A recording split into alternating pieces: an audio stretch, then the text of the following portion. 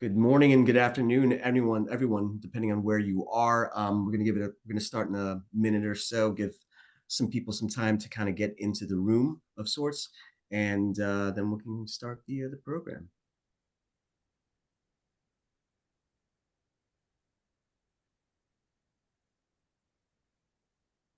See some people starting to file in.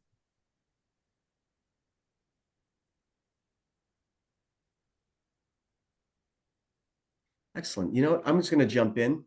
Just as a note, we are recording this, and we will make this episode of AMAC 360 available on our YouTube channel, possibly next week sometime. So if you are unable to complete the whole episode, it will be recorded and posted shortly. So anyway, with that said, my name is Ramon Lowe. I am the director of membership and industry engagement for the Airport Minority Advisory Council. This is AMAC 360, and if you have not joined us before, basically the purpose of AMAC 360 is it's not just me talking to all of you members and just kind of like spouting off things that are going on. I want to have a conversation with our guests and with the state of the world right now, especially within our industry, that is airports.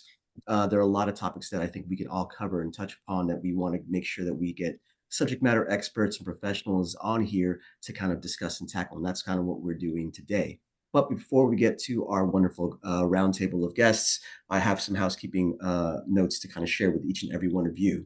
So Legends and Leapers, our other virtual programming that's hosted by Lauren Mangum Reed and Ricky Smith.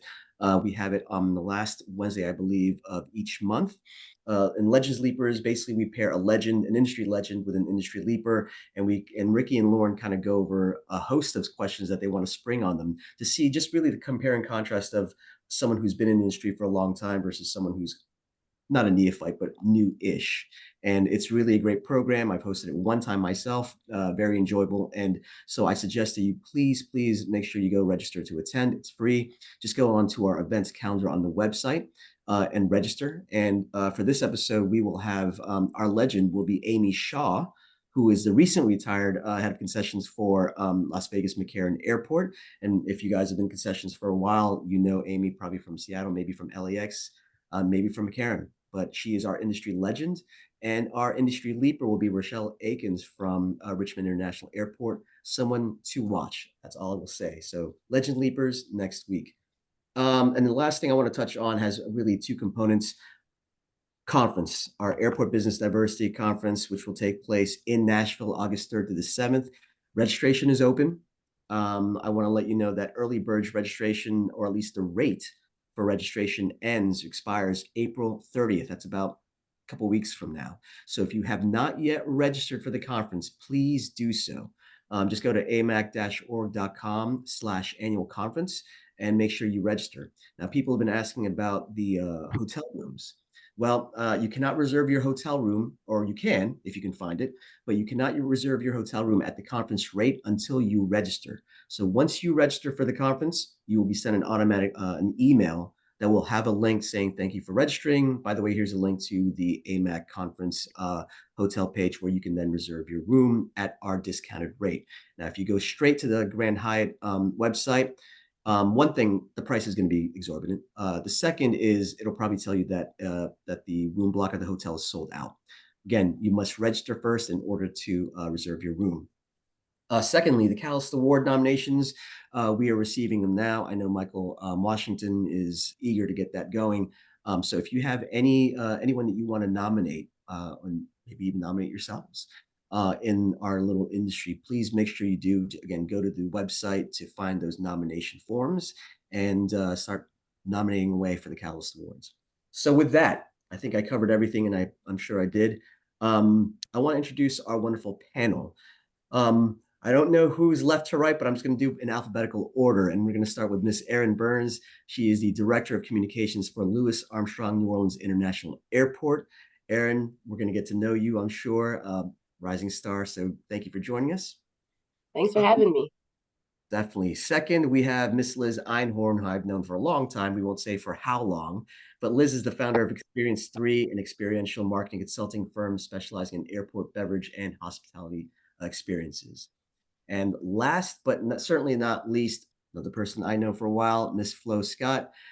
She is the VP Communications Director of Issues Management and Corporate Reputation for PNC Bank. You might also know her because she has done her time in the airport space when she was with Philadelphia International Airport. That's where we met. Ladies, thank you again for taking the time to speak with all of us, and welcome. Thanks for having. Thank you. Perfect.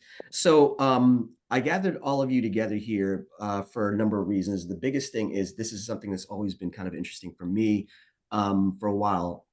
Considering what the world is going through right now, what many companies are going through, especially our space with all the litigation regarding minority programming, especially within the airports. Thankfully, we held a webinar meeting just yesterday with the DOT on the new changes that are going to be taking in effect. A lot of great changes, by the way. One thing I always thought of is communications, how we talk to not just our customers, but to an audience, especially considering how the world is at the moment. So I want to start very, very simply. I'm going to start with you, Erin, on this because you represent an airport on the public side. So just talk about the importance of developing an airport's identity. I'm not talking about the cool, fun stuff that you might see on Twitter or Instagram and such, but as far as like, what are some of the things that you employ from your position handling an airport's, messaging and identity? Well, I think it's really of the utmost importance because you want to make sure that you are positioning yourself in the community and representing the values that, you know, align with the direction of the city leadership, airport leadership, whatever the ownership structure is. And with airports being so important just in terms of getting people from where they need to go and from a safety perspective, you have to have this identity that people can feel is trustworthy, that they rely on. So consistency of message is extremely important when it comes to developing your identity and doing something that just makes people want to actually pay attention. So I think the fun stuff is important. You know, we like to say in New Orleans, our voice is sort of business casual. You know, we know how to have fun, but when we have serious information that we need to get out to the public, then we can do that as well. We can do both. So I think, and it's also important that we just lean into who we are as a city. So people love the rich culture and history of New Orleans, and we make all of that part of our identity as well. Liz, I'm going to get to you in a second because honestly, I think what your answers are going to be not markedly different, but I think going to contrast well with what Erin and Flo were talking about. But Flo, is that similar? Because again, Erin's on the public side. You were, on the public side. Yeah, you're more on the private side now. You've kind of been on both sides. But have you had to switch your thinking now or your approach in terms of the identity for a PNC or for when you're representing Philadelphia, et cetera? So the answer is no. And I think it's because no brand is an island, meaning that a brand is always connected to partners, vendors, et cetera. And so when you think about a brand's reputation, a company's reputation, you have to consider all of the other partners in its ecosystem and how those relationships can impact the primary brand. So I would say the learnings I had in Philadelphia at the airport make a lot of sense on the PNC Bank side because we are tied to the destiny of those who we choose to partner with. So Liz, how about you? Is this going to be one of those where, I mean, you're managing multiple brands and they all have different identities, I'm sure. So it's kind of Sybil-ish. It's a dance. It's a delicate dance, but I actually not as far off as you would think. I mean, I really related to what Erin said about the importance of being consistent. I think that there's absolutely power to brands being disruptive and innovative to, you know, separate themselves and gain an audience, but it's just as important to retain your audience as it is to gain it. So to Flo's point of thinking about you're not an island, who are the partners that you're working with, all of that, like going back to the dance that I mentioned, it's making sure everything's in steps. So what is your brand voice? So for MSY, you said it's business casual. For PNC, my guess is that it's probably a little bit more still approachable. You want people to use the bank, use your services, but you are a corporate organization. So there may be, your language may not be as cheeky or casual, because it's a corporate organization. And then I think for all the brands that I represent, whether it's like my team and I, whether it's a beverage or a concessionaire or a hospitality group, they're all going to have their own unique voice and their own, whether it's social or whatever audience and communication you're addressing, there's going to be specific language and brand metrics you'll want to follow. Does that make sense? No, certainly. And I think I want to go to I'm gonna go to Erin. I know this, it's kind of related to my second question is just flipping that switch. You know, like you said, you want to be business casual one side, and then all of a sudden, God forbid, if there is a crisis or something that calls for a more serious tone, it's necessary, I'm sure. But really, how are you looking in terms of like you meaning the airport, I should say, the identity of the airport in dealing with the media, let's just say. You know, they want information quick and succinct, or digested in some certain way. Are you establishing your identity as a great resource for that, especially if things are, could be a little hairy in some ways? Oh, absolutely. I think transparency is key. It's of the utmost importance when it comes to dealing with the media and being responsive.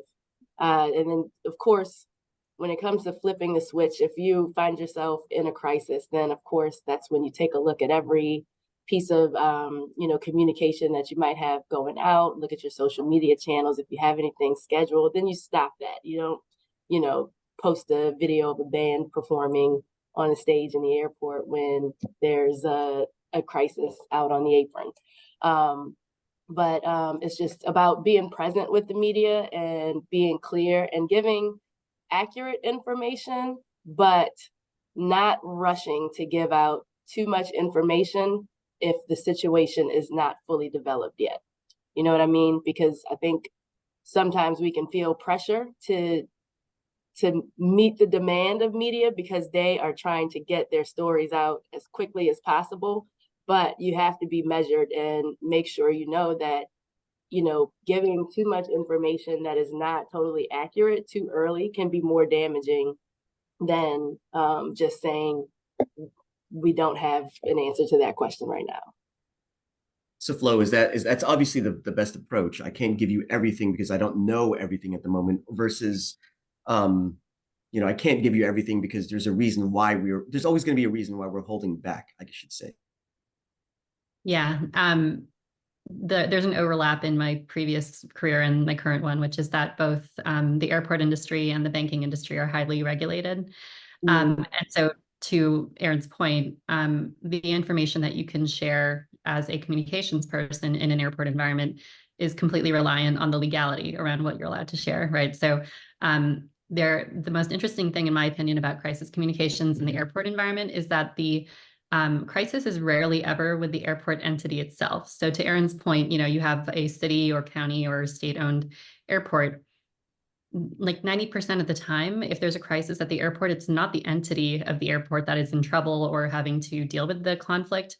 It's a partner. So going back to my previous point about how no brand is an island, that's the tricky part is understanding how to support your partners through that crisis, understanding what you are legally permitted to say, which most of the time is nothing. And most importantly, in my opinion, and I stress the importance of being FEMA trained, understanding the chain of command and the flow of information, because if you aren't trained in those processes, then you can actually get your entity in a lot of trouble by not understanding where you fit and belong in that process. So, whether it's a incident out on the taxiway or it's a incident inside of the building, depending on where it happens, it is somebody's other jurisdiction. So just knowing where the incident is occurring is usually the first step in responding to a crisis, because then you can determine who the stakeholder is that is responsible for response. So if it happens in the TSA line, it's the TSA. If it happens in an airline rented space, that's the airline's responsibility. And so then finding those right partners, aligning on information is where you go next. So Flo, listen, I get it. We have SOPs for everything. And sometimes there's a clear delineation of who's responsible for what. I'm sure all three of you had to kind of trial by fire in some ways. We're like, ooh, I shouldn't have shared that. Or maybe you still take a measured approach and let's see what everyone, take the temperature of the room kind of, correct? Flo? You'll make mistakes. You have to. That's how you learn. There is a pretty wide margin for error, so you're not, going to get put in handcuffs by any means. But will you have some, partnership damage control to do? Maybe, yeah, but that's okay. You expect that from your partners. You expect that they're human, and they expect the same of you. Yeah, and I think too, like, oh, I'm sorry. No, go ahead. Oh, Let's go ahead. go to you anyway. I was just going to say, like, I definitely believe that transparency is a superpower. And you talked about the stakeholder, like who the stakeholder is that's responsible. I think that's 100% a piece of it, but I also think you need to consider all the stakeholders to make sure it goes back to that idea of consistency. So not everyone is necessarily going to, from the outside looking in, they're not going to necessarily understand SOPs or organizational flow. So they might not have the prowess to just immediately go to the head of legal or the head of communications. They might go to somebody else within the organization. So I think internally having those understandings of like who all the stakeholders are that are going to be involved, what the direction is for internal communication for whether it's to consumers or to other businesses, stakeholders, partners, brands that have advisory boards or stockholders or people that could potentially be disrupted by whatever the situation is, understanding what the communication is to those valued assets so that there's consistency in messaging, even if that messaging is, we're working on it. Even if the messaging is, which I think, I often joke about, and I am going to date myself, but I'm right on top of that rose mentality, if you know that. That line from classic 90s movie.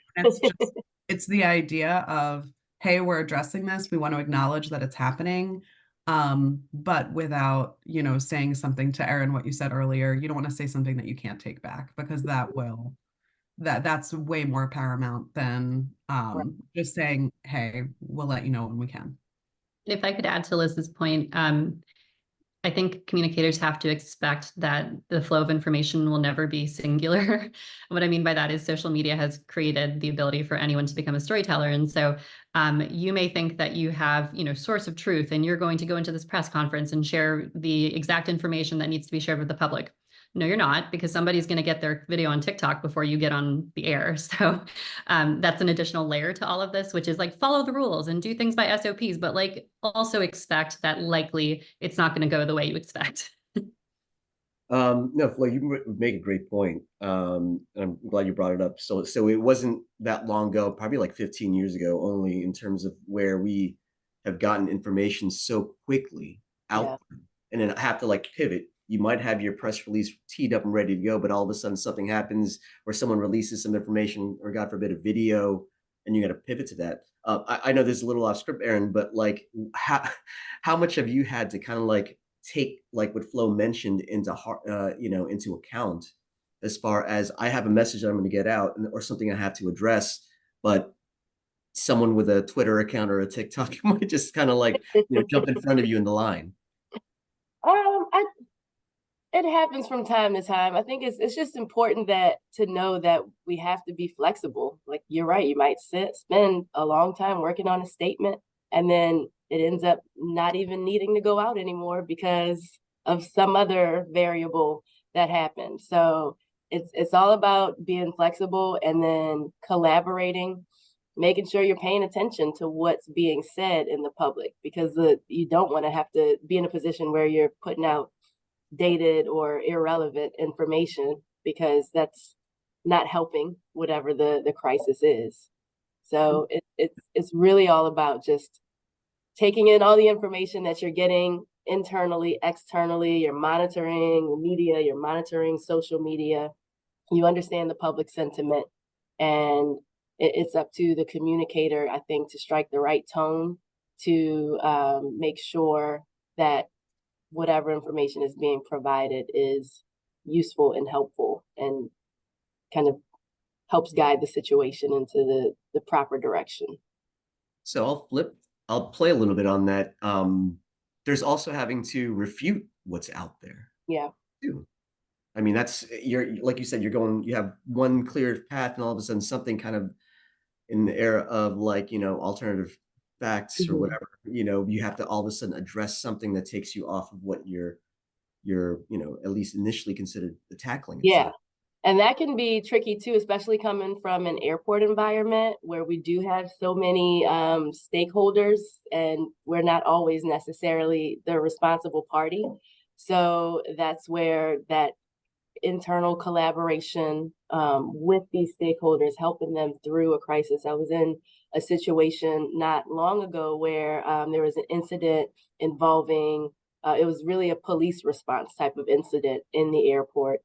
And there were so many rumors and misinformation out there, but it was not my place as the director of communications for the airport to actually address the issue because it was a police issue.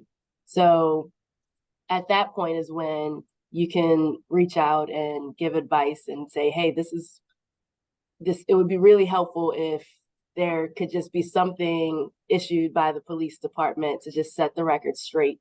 And that happened. And, people still run wild with their crazy theories, but at least it's out there. It helps. Certainly. But well, I want to get into the next thing about media training. I think most people have always thought that form of training is reserved just for maybe the C-suite, or maybe folks such as all of you are always in the position that you're in. But how important is it from a company organization top down to at least have some talking points, or at least to kind of, what to say, not to say, kind of outline for anyone from either from the top to all the way to the bottom? So I have the advantage of having worked in media prior to, like, on the actual traditional media side before I went into the PR side. And what I can tell you is really interesting about the evolution of media training is that we are training for instinct now rather than for scripting and for, the kind of traditional method, which was like pivoting from difficult topics or knowing how to bridge from one topic to the other. Now it's all about kind of like when you think about when dogs have to be kind of like immersed in really chaotic environments so that they start to develop this instinct to ignore the chaos. It's very similar to that. So that is how I've seen communications training evolve over time. And what that means now is when we send someone in to prepare for a media interview, assuming that they're already media trained, we're not bringing them in and saying, here's the questions we expect them to ask. Just make sure you practice your lines. It's the complete opposite. We're thinking, what has happened in the past few hours, few minutes, few days that could impact this interview, change the questions that you're being asked? How are you going to deal with those questions? And really just giving them that resilience training as much as we are training them in the traditional media methods that we used to in the early 2000s. So that's what I'm calling like the 2020s version of media training, is much more about that like immersion in chaos and resilience training, and on top of the traditional foundation. Erin, are you finding that similar too? I don't know if you have to have a sit down with Kevin Dolio every now and before he gets before the cameras, but are you taking a similar approach as far as more as Flo said, instinctual versus here's just the points, ma'am? No, that's actually pretty interesting. That's not a concept that I've heard of as much lately. Definitely very familiar with the traditional form of media training, which I do think is extremely important. And of course, yes, I do have my sit downs with our CEO, Kevin Dolio, but he's a pro and he makes my job easy. So we don't, he's very resilient when it comes to getting questions from reporters and making sure that he stays on message. And Liz, from as someone who shepherds brands, then how Nice much guy putting it. yeah, how can you then insert yourself into that position? Because I know it's one aspect of what you do, but sometimes it might be the most important for some of those brands, especially if they're emerging or they haven't trained. You might see things that they don't. Yeah, I mean, I think that I'm able to provide, and my team and I can provide insights as an outside party, but we work very closely with the brand's internal communication team, or if they have, and whether that team is internal or external, their public relations and media teams, because I love the idea of training for instinct. I am admittedly not as familiar with that approach, but I'm all for it. I think that it's integral to, you want to make sure that everyone is on the same page, because it's critical when you're thinking about You have to compound the fact that from a consumer perspective, especially in relation to social media, people want instant gratification. So whether that's an answer to a question, to information they're seeking about the brand, they want to know innovation, they want to know anything and everything, and they literally have the answers typically in their pocket as long as you're communicating it. But you want to make sure that anywhere that they're sourcing that communication or information from, whether it's through an Instagram platform, through somebody's LinkedIn post, through someone's newsletter, that messaging is consistent. So it's consistent with brand voice, it's consistent with whatever role someone plays in the organization. There doesn't appear to be any sort of discrepancy between what one party is saying versus the other, because that itself could become a communication issue. So I think in terms of, it might not be the traditional media training or that instinctual training that you were mentioning, but just having all stakeholders be aligned, making sure that marketing, sales, operations, all elements of a brand are speaking to each other, are aware of campaigns that are going on, that anyone and everyone that needs to be involved is involved. I think the more alignment you can have there, which is not always, that flow is not as easy as it sounds. It's a timing issue, it's a bandwidth issue. So, but the more synergy you can have, I know that's a word we all are sick of at this point, but it's critical, because that allows for consistency. No, excellent. Well, I'm going to stay with you, Liz, on this because the next thing I wanted to Ah. get to is more so channel voice. It was just a fancy couple of words that I kind of threw together, but to kind of more explain, the different avenues which we send information out, but maybe in information that we take in. And I know I'm probably speaking specifically to social media. I think you guys mentioned it earlier. So how are you for the, again, you're herding your cats, right? You have a bunch of different brands usually, and you're probably trying to stay aligned with each and every one of them. And But they're wonderful. I love them all. no. Yes, exactly. No. We're not at all. We're not at all saying anything ill of them. And I've met a couple of them. They're great, and they're in great hands. But I guess in some ways you have to make sure that like this is how this person speaks, and this is the medium or the channel that they like to use. If it's Instagram, TikTok, whatever it is. But how important is it then to make sure that, like you said, it's consistent, it stays on brand, but also what are the pros and cons, disadvantages and advantages to each one, you feel? Well, I guess my question back, if that's all right, is what are Sure. they operating out of? Like, Mm. what are their goals? Like, what are your goals with your communication? So, like, yes, I agree that I think there's different voices. I mean, again, you want your messaging to be consistent, but how you communicate on Instagram or TikTok, is going to be different than how you communicate on LinkedIn typically, right? Both from Is how you're it sharing information, both visually, to like Instagram and TikTok is more video format, quick pace reels. LinkedIn is more explanatory, acknowledgement, informational. It's how your audience is processing the information as well.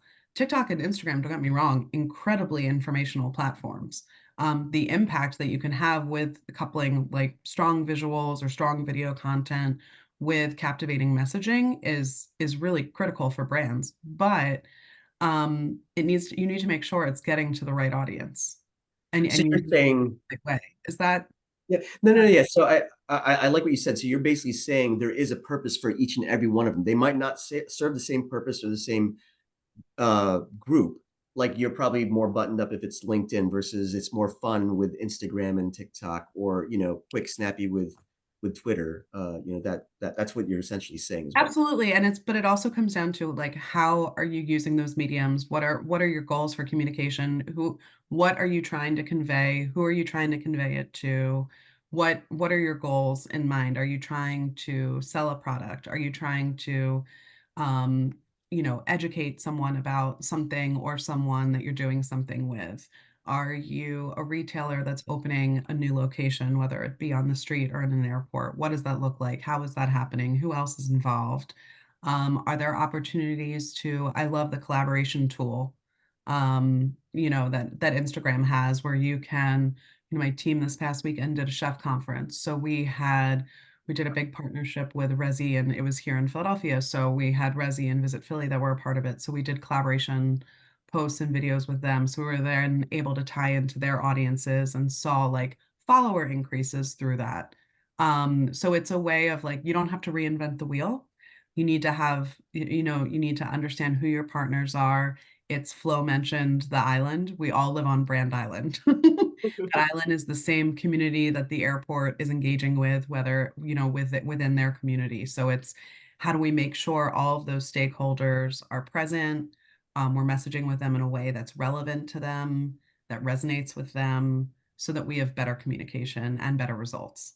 Sure. And Flo and Erin, I might be oversimplifying it, you know, whereas Liz might have multiple groups that she's, as I said, multiple cats that she's trying to herd.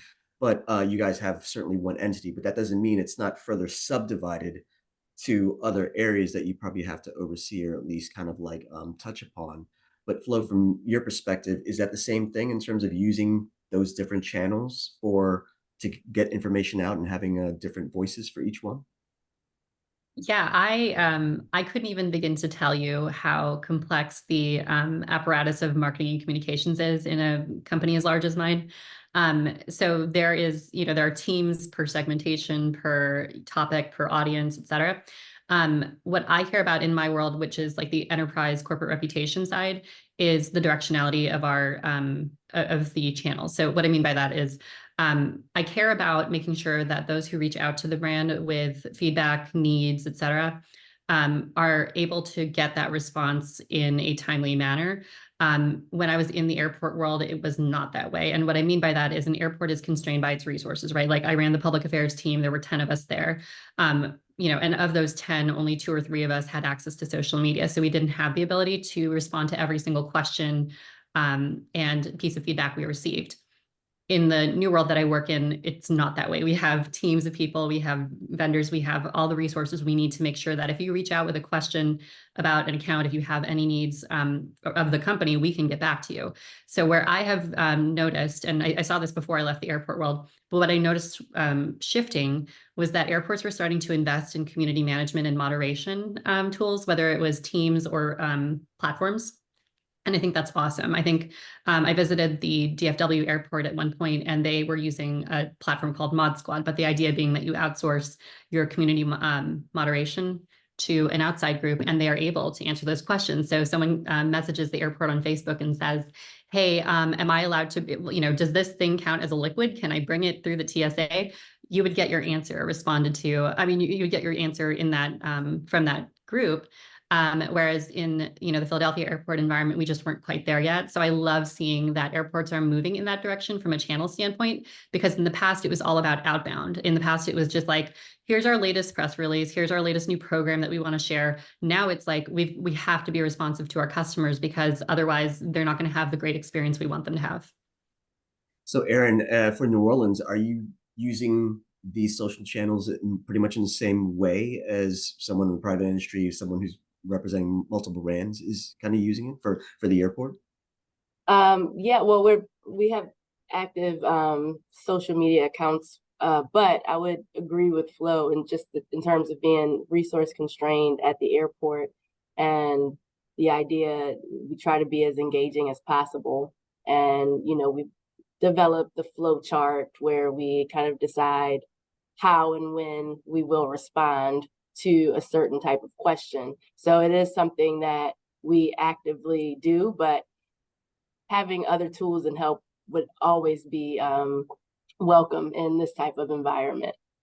Is there one, I guess, social tool that that, let's just say even just New Orleans, I don't want you to have to speak for everyone, that maybe that you lean on more than someone else? I can't imagine Kevin doing TikTok or anything like that, or some viral dance. I'm sure like the comms team will probably use like a Twitter or a LinkedIn a lot more. I'm just curious what you personally would lean into more for the airport. We like to do it all. We like to make sure we're covering all bases, just because we have such a wide audience, and every platform has a different demographic. You know, the Yeah. Facebook users, the audience on Facebook is totally different than our audience on Instagram, even Twitter and LinkedIn. So it's important to be consistent across platforms. And it also depends on what news you're sharing. So sometimes there are certain instances where what I'm posting on LinkedIn is not necessarily relevant for Twitter or I'm sorry, X or Instagram. No, I gotcha. But Liz, is it it's funny. Erin brought up a really great point. I didn't think of it until now because obviously our traveler base isn't just, you know, getting younger or what have you. It's they're making up for a big group of, I forgot this what the stats are. I had looked this up a while ago. I think there was this probably 7, 8 years, definitely pre-pandemic, where there was I guess a group of an age group would make up the younger, we'll say, age group is going to make up the greatest chunk of travelers in the next 5 to 10 years. Now it's probably still on that pace despite the pandemic, but does that then guide or instruct you to when you're working with your clients to like what channel is best to use? Probably that's good for all of you. I should ask all of you if the way things are now, if the kids, I should say, are leaning in one direction or another. Does that really determine what, you know, direction you want to go in and what tool you want to use? Well, I think people are using their tech more in airports because there's more opportunities to utilize tech in airports. So it's not just using it as a social platform, but if you're using Survey or if you're, you know, to order your food in advance or you know, there's a lot that the phone is more of the airport experience. So social kind of naturally aligns with that.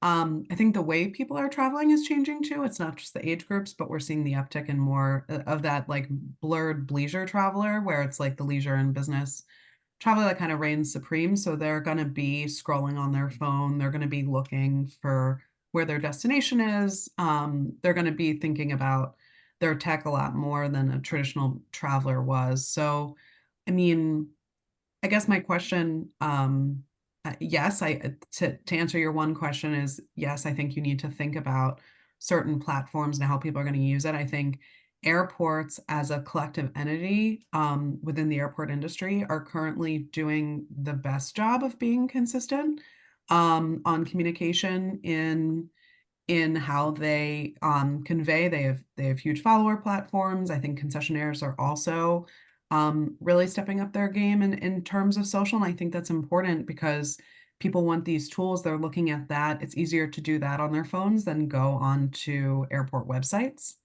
So I think it's important to have that tool. I think they're probably looking on Instagram or Facebook before they're looking on LinkedIn for that type of use. Like if we're thinking about if they're seeking, it came to Flo mentioned like DFW using the Mod Squad. If that's how people are looking it up, I think LinkedIn as a platform for aviation tends to be really industry specific. I think that we're using it to find out about each other, or people are using LinkedIn for its traditional model of, you know, looking for employment opportunities or networking opportunities. So I think that tends to be more relevant to our audience. Whereas for Instagram or Facebook, we have to think about like, these are people that are not necessarily in our airport world.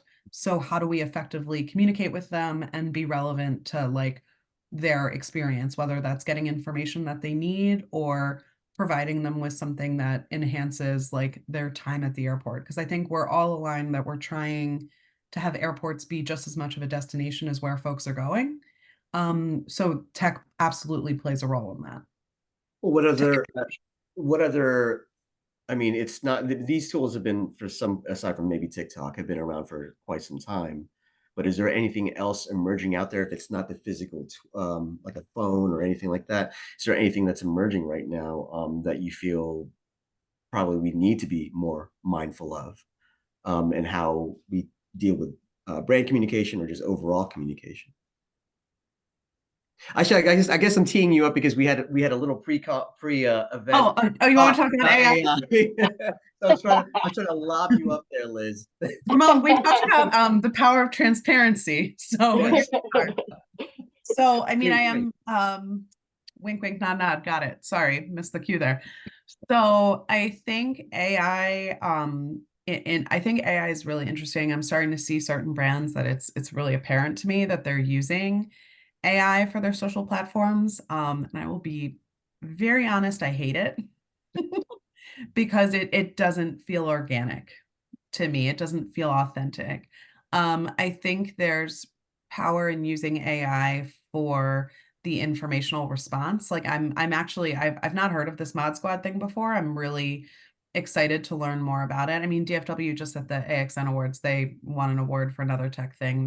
They do a great job with being ahead of the curve. But um there's something to be said for, I think, how it's going to present itself. We're not there yet.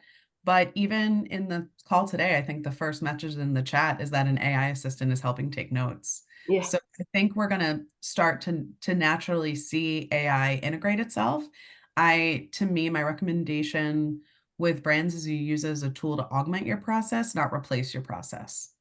Because I think the people that are using it to replace their process, they're losing that brand voice and that consistency that we've been discussing all call.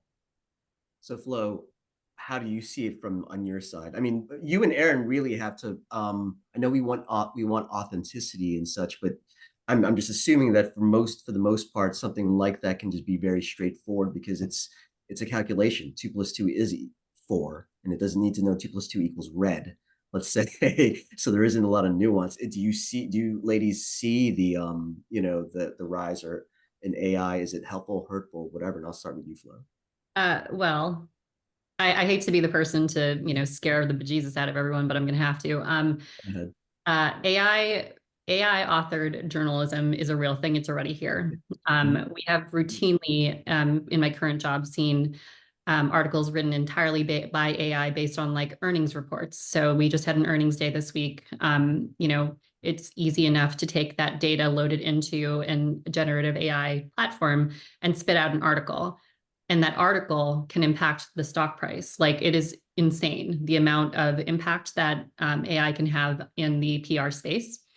And so my greatest fears when it comes to the airport world, and by the way, not all AI impacts are bad, but I want to focus or start there first, is how it impacts fraud in the airport space. So whether it's on the procurement side, which is where you guys live for the most part, or it's the actual like airport experience side, there are so many ways that AI can bleed into that experience. So some examples of where I could see this go wrong include things like, romance scams. We've heard many times about people showing up at the airport thinking that they're going to pick up their long lost love who they've been dating for 2 years online.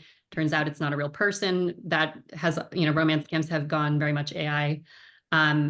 To someone buying plane tickets from what they thought was an airline vendor. Turns out it's a spoofed website that was built by a bot, and now someone has their checking account information, and now they don't have a trip, and so now you're dealing with an upset customer in a terminal who thought they were going to the Bahamas and now are not going anywhere. So I have tons of fears on that side.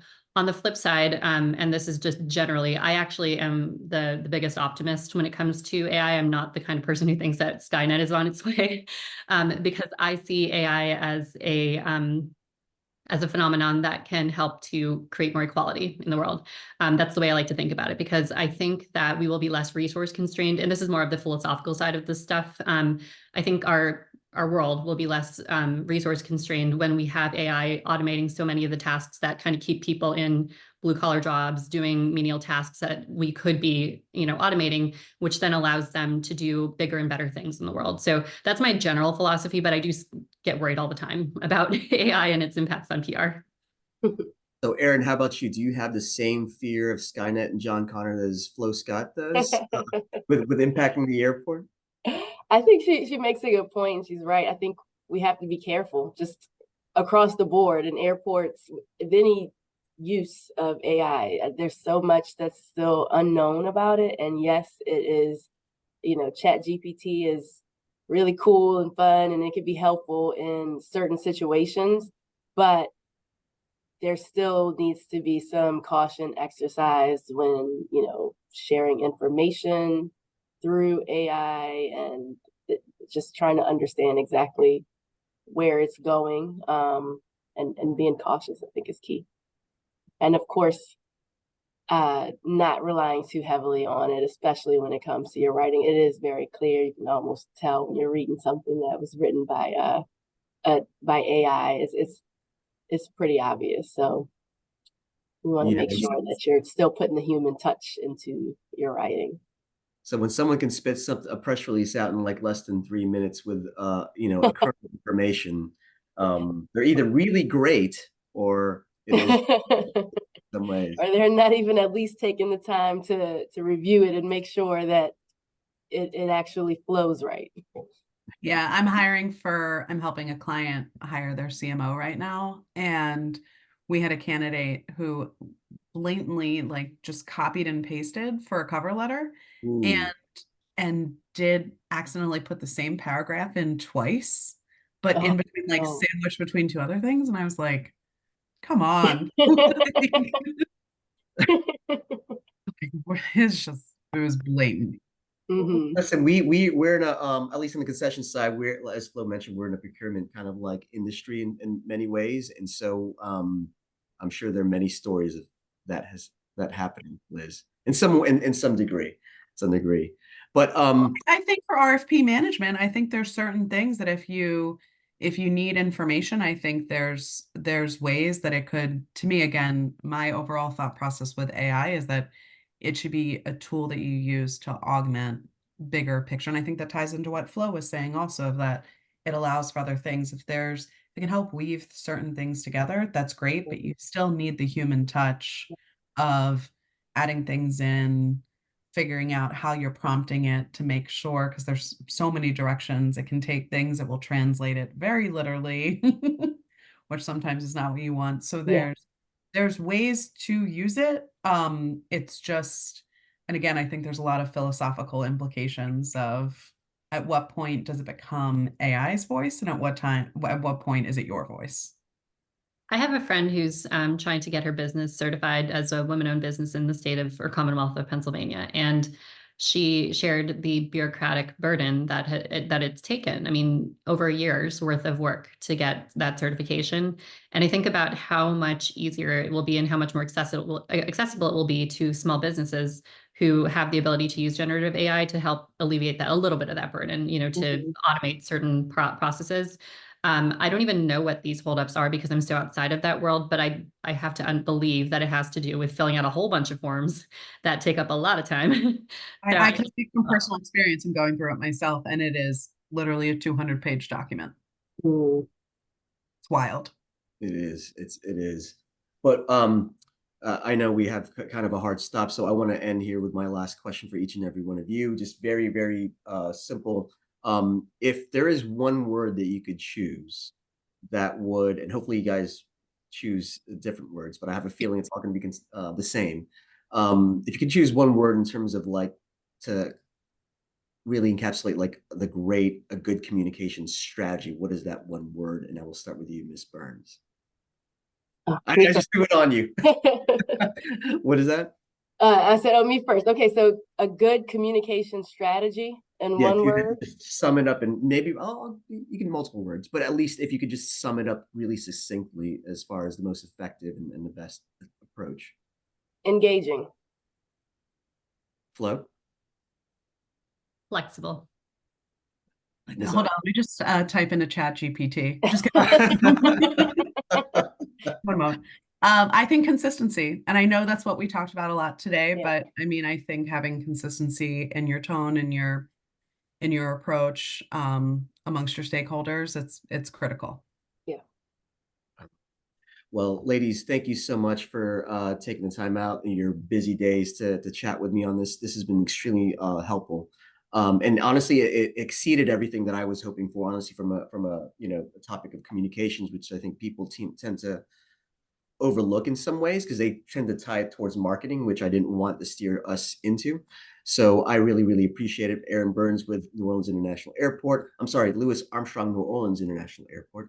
Like that. Flo Scott with PNC Bank and Miss Liz Einhorn with Experience Threee. Thank you, ladies, again. Have a great weekend, everybody. Have a great, safe weekend, and we'll see you soon. Thank you as all. Take care. Thank you. Thank you, Ramon. Bye, guys.